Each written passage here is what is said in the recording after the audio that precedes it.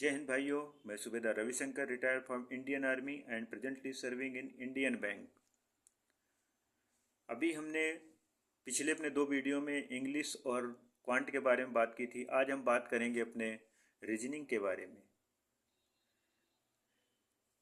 Reasoning इसमें हमने अलग अलग दिखाए गए हैं, जो ये हमारे प्रीलिम्स में क्या चैप्टर होते हैं और मेंस में क्या होते हैं। हालांकि ये भी सिमिलर रहते हैं। प्रीलिम्स में थोड़ा सा इजी साइड का रहता है और मेंस में हमारा थोड़ा डिफ़िकल्ट साइड का रहता है। बाकी टॉपिक लगभग वही रहते हैं, पूरा सिलेबस भी वही रहता है। ये रीजनिंग की तैयारी करने के लिए मैं बताना चाहूँगा कि अंकुश लांबा सर हैं, एक यस ऑफिसर के हैं वो। उन्होंने वीडियो बना रखे 10 डेज 10 टॉपिक्स करके, वो भी अच्छे हैं, टॉपिक्स देख सकते हैं। दूसरे एक संजय सर करके हैं रीजनिंग के, वो भी अच्छी रीजनिंग पढ़ाते हैं। रीजनिंग और क्वांट और इंग्लिश, ये 3 मेन सब्जेक्ट हैं हमारे बैंकिंग के, और तीनों सब्जेक्ट के लिए हमें प्रैक्टिस की बहुत ज़्यादा ज़रूरत होती है। जीके तो चलो हम डेली बेस पे पढ़ सकते हैं, लेकिन ये जो हमारा रीजनिंग हो गया या क्वांट हो गया, इंग्लिश हो गया, इनका एक बार हमने पूरा सिलेबस कंप्लीट करने के बाद उसके बाद फिर हमने इसकी जितनी ज़्यादा हो सके प्रैक्टिस करनी। और प्रैक्टिस कैसे करनी है, हमने जिसे मॉक ले लेने हैं। प्री और मेंस के कई सारे मॉक्स हैं, अड्डा का भी मॉक है, और हमारे पास टेक्स्ट बुक है या स्मार्ट कीडा करके है। 3 मॉक हैं जो अच्छे हैं। गाइडली का भी है, आप ले सकते हैं। 3-4 मॉक हैं। और एक चीज़ है, जब हम मॉक लगाते हैं तो उसी दिए हुए टाइम में कोशिश करना है कि हम कितना कर सकते हैं।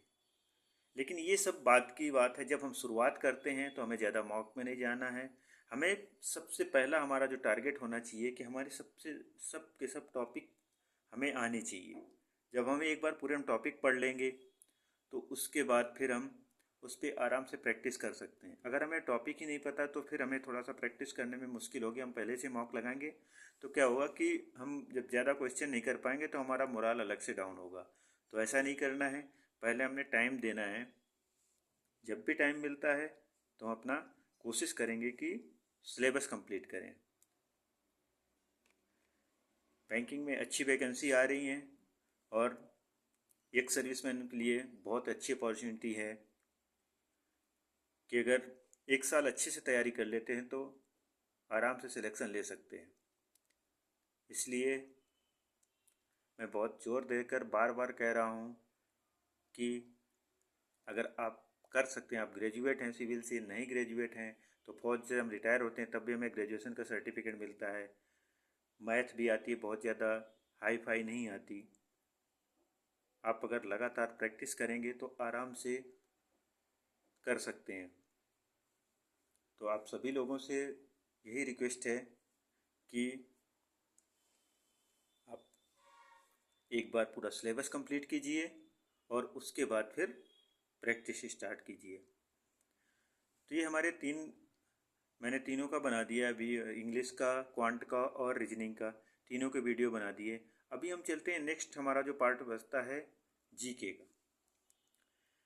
ये हमारा जो जीके का है, बैंकिंग का जीके फिक्स है।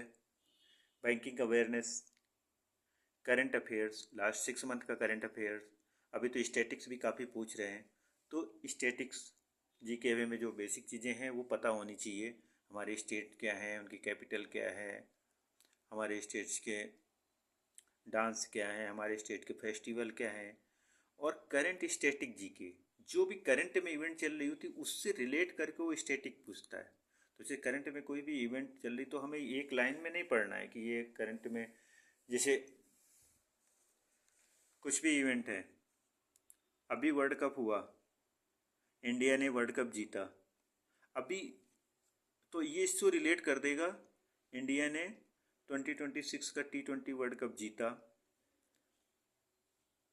अब ये इसको रिलेट करेगा, पूछेगा कि इंडिया ने पहली बार वर्ल्ड कप कब जीता था, या इंडिया ने कितने बार वर्ल्ड कप जीता है, या इंडिया ने पहली बार किसको हराया था।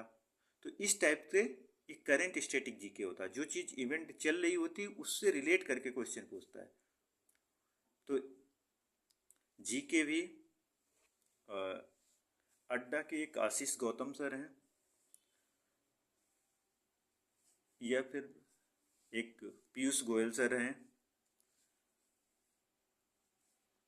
ये दोनों अच्छा जीके पढ़ाते हैं। और जीके भी ऐसी चीज़ है, डेली करंट अफेयर्स करके इनके आते हैं। तो आप डेली रेगुलर बेसिस दो चीज़ की हैबिट बनाइए, एक तो डेली एडिटोरियल की और दूसरा डेली करंट अफेयर्स की। ये हम डेली अगर करते रहेंगे तो कोई बात नहीं, हम धीरे धीरे करके कभी शुरुआत में हम 2% 5% रिटेन करेंगे, धीरे धीरे जब हमारी हैबिट में आएगा तो हमें चीज़ें याद होने लगेंगी। तो क्या होगा कि हमें इंटरेस्ट भी जगेगा और हम रिटेन भी कर पाएंगे।